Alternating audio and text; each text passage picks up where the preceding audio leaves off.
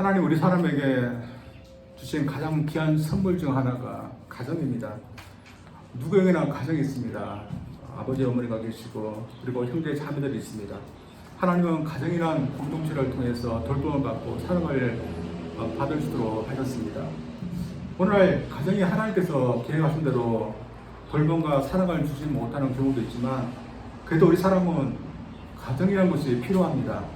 이러면서 하나님이 직접 가정을 이루시고 가정의 이루면서 저희들을 부르신 것 같습니다. 그리고 그 가정의 이루는 누구겠습니까? 일상에 있는 부유한 가정의 경우 그 가정에는 여러 하인들이 있습니다. 하나님에도 하인들이 있는데 하나님께서 저희들 그 가정의 하인들로 부르신 것은 아니었을 것입니다. 성경 보면 이 하인들은 천사들입니다. 그렇다면 저희들은 가정에 무엇으로 부르시겠습니까? 분명히 하나님의 자녀들인 것입니다. 오늘 보면은 예수님께 속해서 연합되어 있는 자에게 무엇이 일어났는지 말해주는데 예수님과 연합되었다는 이유로 하나님이 자녀 삼아 주시는 것입니다. 지난주에 말씀드린 것처럼 예수님과 연합되는 것으로 인해서 정죄받는 것도 없고 하나님의 영도 없었고 오늘 저희들이 살펴볼 것처럼 하나님께서 우리를 자녀 삼아 주셨다는 것입니다. 그래서 주님을 믿어서 예수께 속하게 되었다는 것이 얼마나 큰 것을 가져왔는지 모릅니다. 이런 결과 저는 지금 예수님께 속해 있으며 정죄으로 벗어나고 있으며 하나님의 영이 우리 가운데 있고 또 우리 하나님의 자녀로 지금 살고 있는 것입니다. 오늘 보면서 바울은 저희들이 지금 세상에 살고 있지만 이런 모든 것들이 지금 저희에게 주어졌다고 이것을 확신하라고 말씀하고 있습니다. 이러면서 하나님의 자녀되는 것은 같다는 것입니다. 그래서 오늘 본문을 통해서 우리가 하나님의 자녀가 되기 때문에 어떻게 살아야 되는지 한번 보고자 합니다. 먼저 우리도 우리 자신을 하나님의 자녀로 확신하며 살아가야 됩니다. 오늘 말씀을 통해 바울은 저희들에게 무엇이 주어든지 말씀하고 있습니다. 15절 말씀입니다. 너희는 다시 무수하는 종의 영을 받지 아니하고 양자의 영을 받았으므로 아바 아버지라 부르느니라. 우리는 다시 무수하는 종의 영을 받지 않아야 했던 것입니다. 근데 무수하는 종의 단어라는 그 앞에 다시라는 그런 단어가 붙여 있습니다. 이 말은 우리가 받지 않은 것은 종의 영이지만 그러나 그 이전에 우리는 무수하는 종의 영의 상태로 있었다는 것을 말합니다. 당시 로마 교회 식구들 중에서 종으로 살고 있는 사람들이 많이 있습니다. 그래서 종이 어떤 위치에 있는지 다 알고 있었습니다. 이 종은 물건 같은 그런 취급을 받았습니다. 주인이 마음껏 쓰다가 필요 없으면 버리듯이 종들에게도 그렇게 했습니다. 그래서 종의 상태를 나타내는 것은 무서움이라는 그런 것입니다. 누구를 무서워하겠습니까? 자기들의 섬기는 주인들을 무서워하는 것입니다. 주인들이 그냥 말로만 그들에게 시켰겠습니까? 적극적으로 또한 때리고 여러 모양으로 가혹 행위를 행했을 겁니다. 따라서 종들은 주인의 말 한마디, 주인의 행동 하나 그것에 대해서 무서워하였을 것입니다. 우리 역시 이런 상태에 있습니다. 그리고 예수 밖에 있는 사람들은 지금도 이런 상태에 있습니다. 왜냐하면 예수 밖에 있는 사람은 누구나 죄와 사망의 종들이기 때문입니다. 그리고 예수 밖에 있는 사람들은 실제로 이런 것들을 섬기면서 무서워하고 있습니다. 단죄가 귀신에 대한 그런 태도입니다. 저희들은 더 이상 귀신을 섬기지도 않고 두려워하지도 않습니다. 그런 예수 밖에 있는 사람들은 이런 것을 섬기기도 하고 또한 무서워하기도 합니다. 가끔씩 TV 같은 거 보면 귀신을 섬기는 사람들이 나옵니다. 귀신을 섬기려 온갖 정성을 다하지만 그 얼굴 보면 기쁜 얼굴이 아닙니다. 평소에 먹지 못했던 것을 제사 때는 만큼은 씁니다. 누가 막 무서워서 그렇게 하겠습니까? 혹시나 귀신에게 해를 받을까봐 무서워서 그렇게 하는 것입니다. 악한 마귀가 조종하는 세계 밑에서 살아가는 사람은 자신의 처지가 좋으기 때문에 자신의 섬기는 데에서 무서워하고 있는 것입니다. 사실 우리가 이러하였던 것입니다. 그러나 주님을 믿게 되어 예수님께 속하게 됨으로 다시 이런 무수많은 종의 영을 받지 아니하게 되었던 것입니다. 대신에 양자의 영을 받게 되었습니다. 여러분도 양자가 무슨지 아실 것입니다. 제가 몇 해 전에 방송을 통해서 미국의 한 가정이 한국에서 아이들 입양해서 살아가고 있는 모습을 보았습니다. 그 가정의 부부는 시력 장애를 갖고 있는 좀 부부였습니다. 그래서 그랬는지 한국에서 입양할 때 시력 장애를 갖고 있는 아이들을 입양해서 키웠습니다. 제가 보기에 앞도 보지 못하는 분들이 어떻게 아이들을 데려와서 어떻게 키울 수 있는가 봤더니 자기의 친딸들처럼 그렇게 정성을 다해서 키우는 것이었습니다. 입양한 아이들 중에서 2명 있는데 한 명은 시력장애밖에 없었는데 두 번째 아이는 시력장애뿐만 아니라 지적인 장애도 갖고 있었습니다. 그러나 이 부부는 이 아이들을 키우면서 절대로 포기하지 않고 키웠습니다. 지금은 이 딸들이 장성해서 큰 딸은 결혼해서 가정을 이루면서 살고 있고 작은 딸은 장애인 기숙학교에서 살고 있습니다. 그리고 명절에 돼야 되지 큰 딸 가정도 없고 또한 장애인 기숙학교에서 오는 작은 딸도 모여서 명절을 지킬 수 있습니다. 근데 이 부부를 보면 이 딸들을 보는 그런 재미로 사는 것 같습니다. 그래서 입양들 된 딸들이지만 자신들의 딸들처럼 키우고 대하는 모습을 보는 이 부부를 보면서 참 대단하다는 생각을 하게 되었습니다.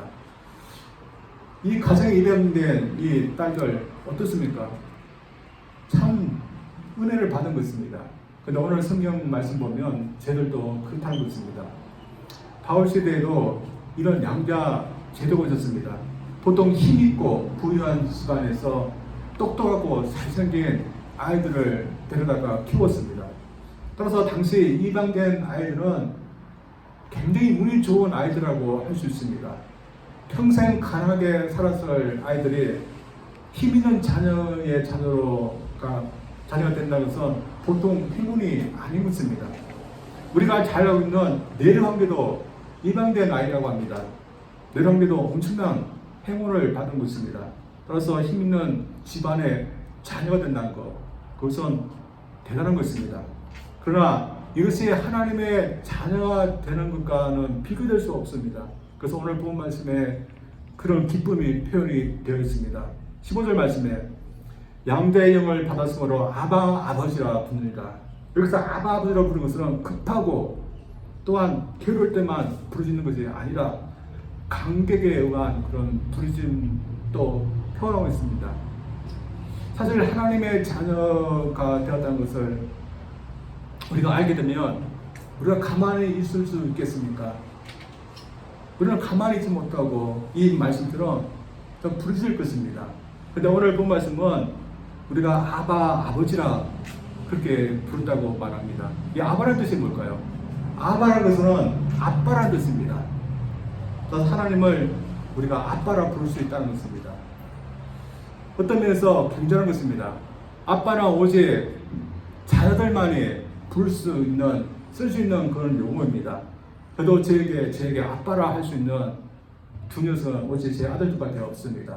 그리고 저도 아빠라 부를 수 있는 저희 육신적인 아버지 한 분밖에 없습니다. 제게는 장인어른이 있습니다. 근데 지금까지 제 아내는 장인어른을 향해서 아빠라 부릅니다. 저는 아버님인 거라고 부릅니다. 그러나 저는 장인어른을 향해서 아빠라 부를 수 없습니다. 만약 제가 장인어른 보고 아빠 그러면 장인어른이 어떻게 생각했습니까? 제가 이 말을 했더니 제 아내가 장인어른이 어떻게 할까 했더니 미친놈 말고 그럴 같다고. 참 이상할 겁니다. 사실 우리도 하나님 아빠라 부르는 것이 의식할 수도 있습니다. 그러나 우리가 그렇게 하나님을 부를 수 있는 하나님의 자녀라는 것입니다. 따라서 이 사슬로에서 우리는 하나님의 자녀가 된 거 참 감사되고 또한 감격하고 또한 자부심을 갖고 살아야 됩니다. 그러나 우리는 하나님의 자녀지만 이 세상에서는 누가 우리가 하나님의 자녀인 것을 알아줄까요? 한 번은 미국의 한 연방 검사가 차를 타고 가는데 별로 교통 위반을 하지도 않았는데 경찰이 세우는 것이었습니다. 그래서 경찰이 세우라고 해서 갓길을 두고 세우고 검사를 기다리게 되었습니다. 아마도 그 연방 검사가 흑인 여성이기 때문에 그냥 세워서 조사를 하려고 했던 것 같습니다. 그런데 신원을 확인하니까 연방 검사였습니다. 이 경찰관들의 표정을 보니까 말은 하지 않았어. 괜한 사람을 잘못 골랐다. 그런 표정이 역력했습니다. 그리고 얼마나 이 연방 검사 앞에서 쩔쩔매는지 모르는 것이었습니다. 연방 검사에도 사람들은 알아줍니다. 그러나 하나님의 자녀들인 저희는 어떨까요? 똑같은 상황에서 우리가 있다고 하고 우리가 우리 자신에 대해서 말하면서 우리가 하나님의 자녀라고 말한다면 사람들이 뭐라고 할까요? 하나님의 자녀는 것이 무엇인데 하는 그런 표정을 지을 것입니다. 그래서 하나님의 자녀가 되었던 것이 얼마나 대단한 것인지 우리는 잘 느끼지 못하면서 살아갈 수 있습니다. 그러나 하늘나라에서는 절대로 그렇지 않은 것입니다. 그리고 이것을 알아주는 분이 있습니다. 그분은 바로 우리의 하나님 아버지십니다. 따라서 하나님은 누가 당신의 아들인지 지금도 알아준다고 믿습니다. 따라서 저희도 그렇게 하면서 살아갈 줄 믿습니다. 사실 예수님 밖에 있는 사람들은 절대로 하나님을 아버지라 부를 수 없습니다. 그러나 저희는 하나님을 아버지라 부를 수 있습니다. 그래서 성령님의 인도하심을 받는 사람들은 자신이 하나님의 자녀라는 것을 알고 속에서 하나님을 부를 때 자연스럽게 아버지 그렇게 부를 수 있는 것입니다. 따라서 주님과 연합된 자만에 누릴 수 있는 권세, 하나님의 자녀가 되는 권세 받았으니 세상에 알아주지 않는다 할지라도 저들 귀하게 여기를 원합니다. 사실 하나님의 자녀가 되기를 원하는 사람들이 사실 많을 것입니다. 그러나 원한다 할지라도 하나님의 자녀가 아닌 사람들이 참 많습니다. 그러나 저희들은 예수를 믿는다는 그 하나만으로 저희들은 하나님의 자녀가 된 것입니다. 따라서 이 세상에 어떤 힘 있는 자녀가 아니라 하나님의 자녀가 되었으니 저들 이 사실에 귀하게 여기고 또한 내가 누구인가, 나의 신분이 누구인가 하나님의 자녀인 것을 늘 기억하면서 살 수 있는 저들 되기를 주님은 축원드립니다. 두 번째는 하나님의 상속자로서 살아가야 합니다.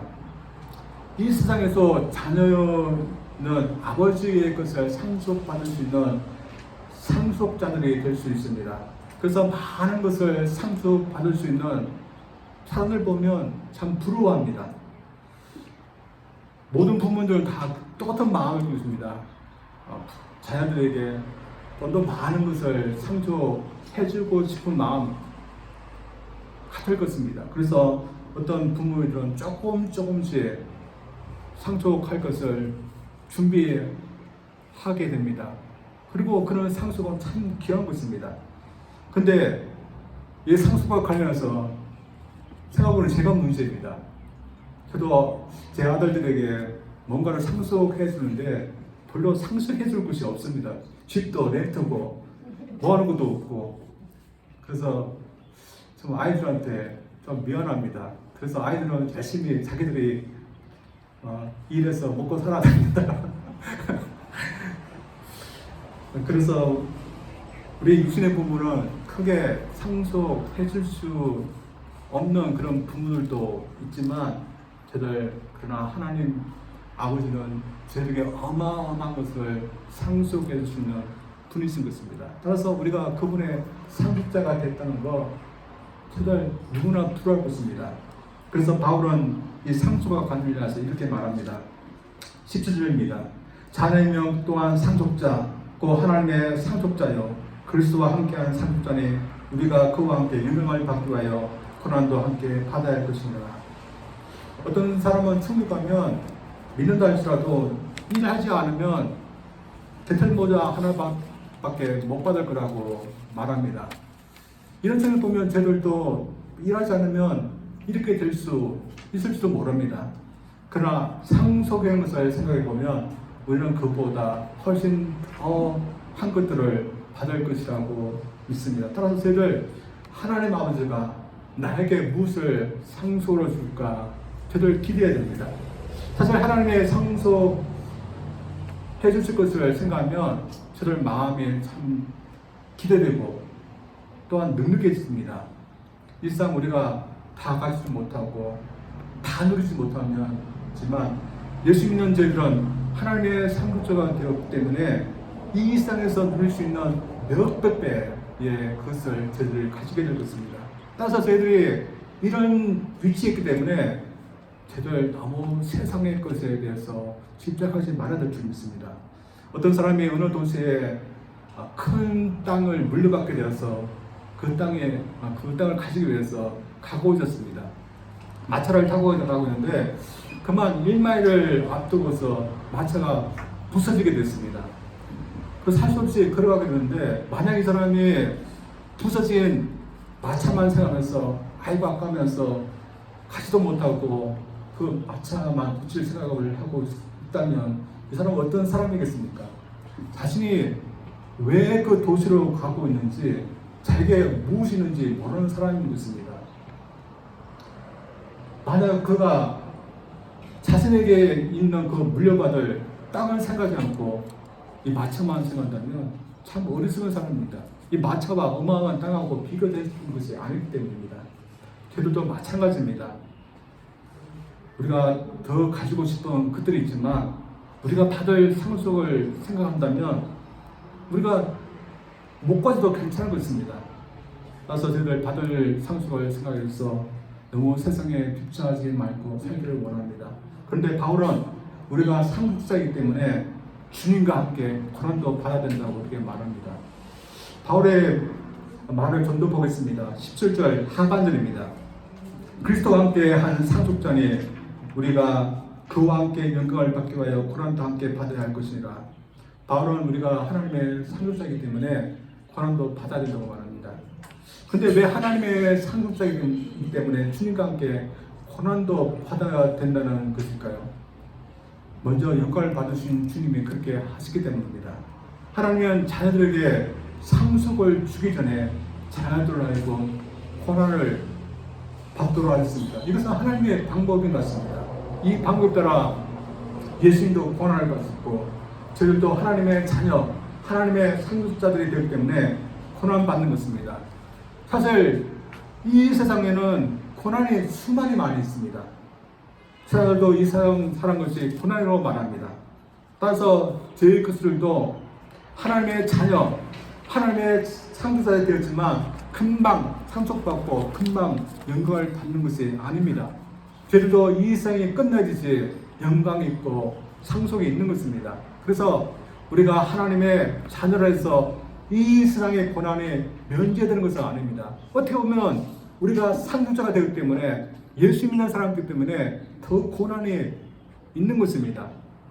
왜냐하면 하나님을 대적하고 또 하나님 믿는 하나님의 자녀를 대적하는 세상에서 우리가 살아가야 하기 때문입니다. 사실 우리가 경험하는 것입니다.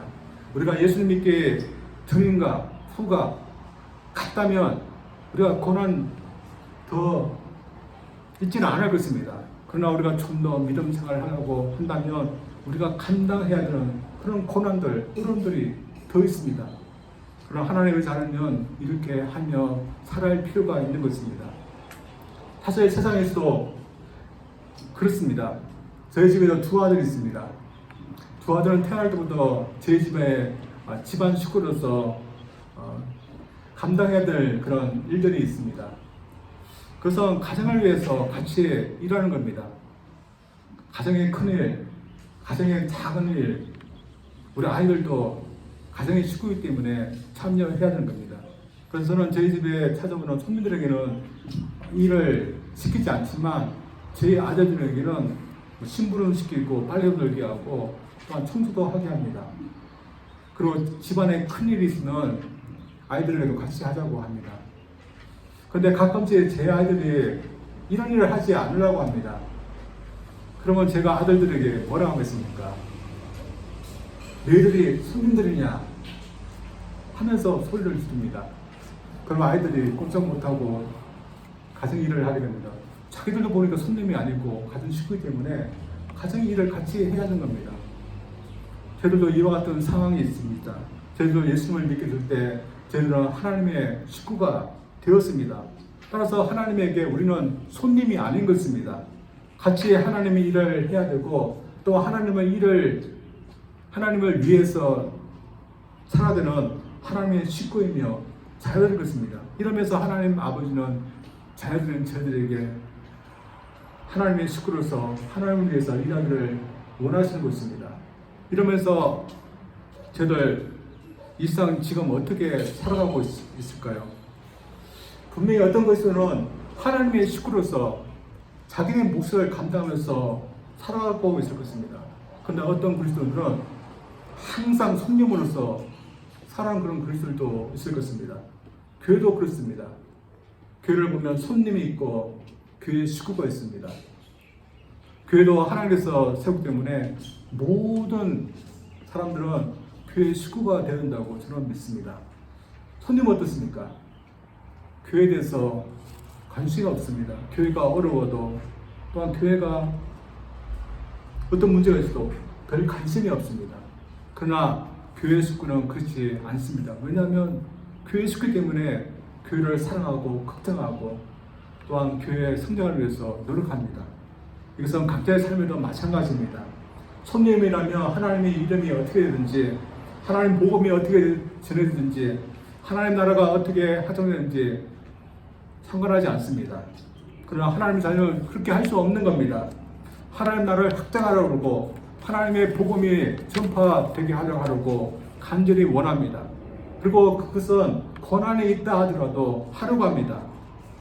그리고 수많은 그리스도인이 그렇게 하면서 살아오고 있습니다. 그래서 저희들도 마찬가지일 것입니다.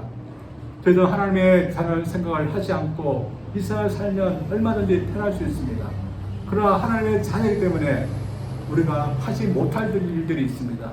또한 저희들이 감당해야 될 일들이 있습니다. 저는 하나님의 자녀이기 때문에 항상 노력하는 것이 있습니다.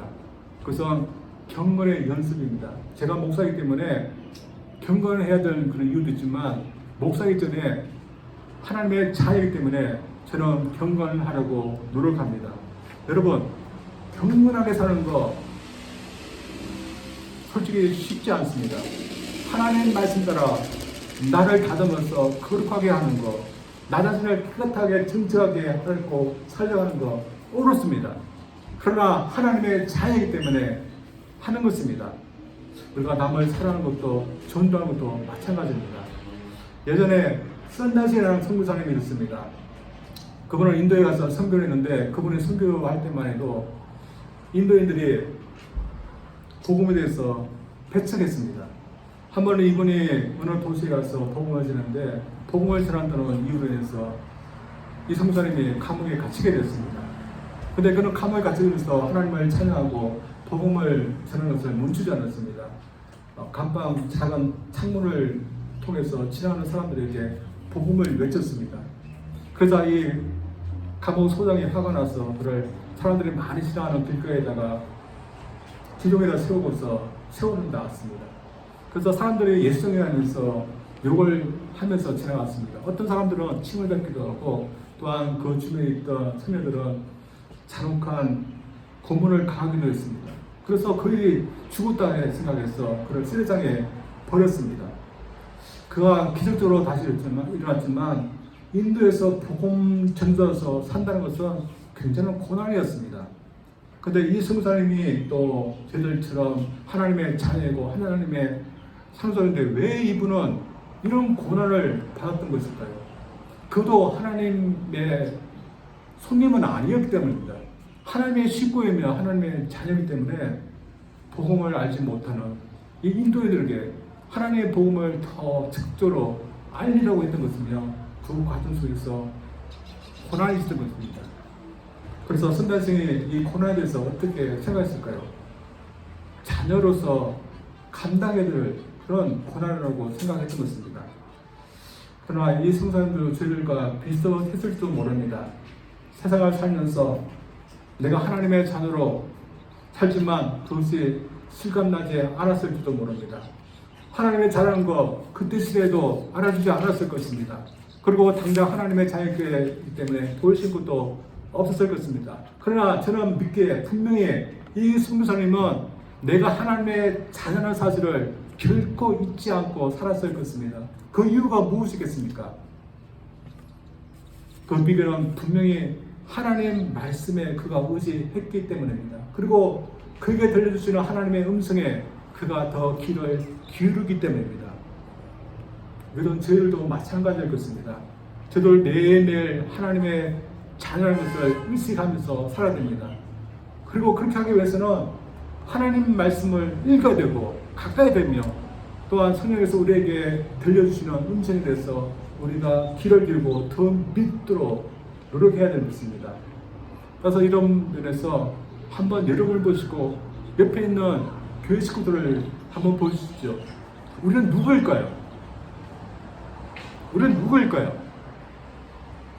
우리는 하나님의 자녀입니다. 또 하나님의 상속자입니다. 따라서 우리 믿는 분들을 볼 때 참 대단한 분들로 우리는 보아야 됩니다.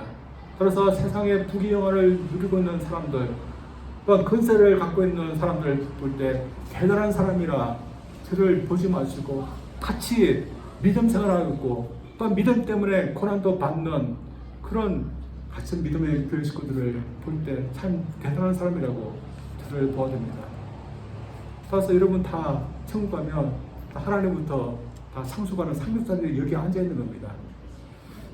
그래서 여러분 우리가 이렇게 엄청난 하나님의 자녀가 되었고 상속가 되기 때문에 내가 하나님의 자녀로 살아가는 거 여러분 감사 여기며 또한 매일 내가 누구인가 나는 하나님의 자녀이다 저를 고백하면서 따라서 매일매일 하나님의 자녀로 살아갈 수 있는 저들 되기를 주님으로 축원드립니다. 우리 기도합니다. 하나님 아버지 감사드립니다. 저희들이 예수님을 만나서 예수님을 믿게 되었고 예수님과 연합되었고 그것도 참 은혜인데 우리를 하나님의 자녀로 삼아주시는 것 너무나 감사드립니다. 우리가 그 엄청난 하나님의 자녀가 되었고 또 하나님 것을 물려받을 수 있는 상속자들이 되었습니다. 이렇게 귀하고 좋은 것들 우리에게 주시는데 우리가 이 세상에 살 동안에 내가 하나님의 자녀라는 그런 권세 저들이 귀하게 여기고 또한 매일매일 내가 하나님의 자녀인 것을 의식하면서 하나님의 이름을 들으며 또 하나님의 그 나라를 위해서 저들이 수고할 수 있는 그런 하나님의 사람들이 되기를 원합니다. 이 세상에서는 하나님을 알아주지 않고 하나님의 자녀들도 알아주지 않지만 우리는 하나님을 알고 또 하나님의 자녀가 되었다는 것을 저를 압니다. 더 감사하고 특별히 우리를 불러주신 우리를 자녀 삼으신 하나님의 영광을 위해서 저를 예수님과 함께 고난도 받을 수 있는 저들 되게 하여 주시옵소서. 예수님 이름으로 기도합니다. 아멘.